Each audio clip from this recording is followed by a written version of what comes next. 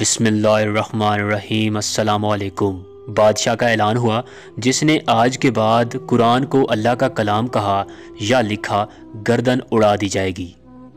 بڑے بڑے محدثین، علماء شہید کر دیے گئے۔ 60 سال کے بوڑھے امام احمد بن حنبل امت کی رہنمائی کو بڑھے۔ فرمایا، جاؤ جا کر بتاؤ حاکم کو۔ احمد کہتا ہے، قرآن مخلوق نہیں، اللہ کا کلام ہے۔ دربار میں پیشی ہوئی، بہت ڈرایا گیا۔ امام کا استقلال نہ ٹوٹا۔ ماموں رشید مر گیا، اس کا بھائی معتصم حاکم بنا۔ امام کو 60 کوڑوں کی سزا سنا دی گئی۔ دن مقرر ہوا، امام کو زنجیروں میں جکڑ کر لایا گیا۔ بغداد میں سر ہی سر تھے۔ ایک شخص شور مچاتا، صفیں چیرتا پاس آیا۔ احمد احمد، مجھے جانتے ہو؟ فرمایا، نہیں، میں ابو الہیثم ہوں، بغداد کا سب سے بڑا چور۔ احمد، میں نے آج تک ان کے 1200 کوڑے کھائے ہیں، لیکن یہ مجھ سے چوریاں نہیں چھڑا سکے۔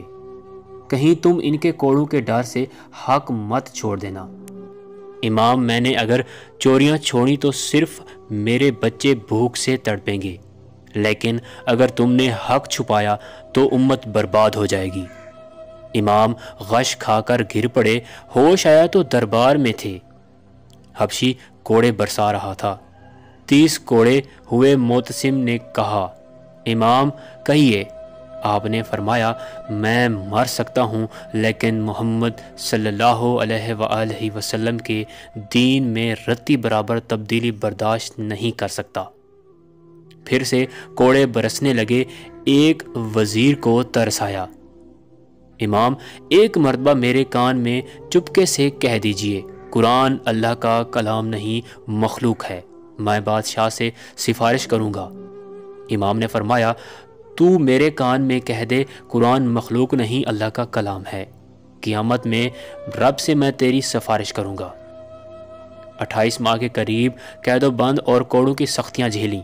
آخر تنگ آ کر حکومت نے آپ کو رہا کر دیا۔ اس آزمائش کے بعد 21 سال تک زندہ رہے۔ یہ بس ایک واقعہ ہے، ہماری تاریخ بھری پڑی ہے ایسے لوگوں سے جنہوں نے سر کٹوانا بہتر سمجھا، بجائے اس کے کہ باطل کے سامنے سر نگوں ہو جائیں۔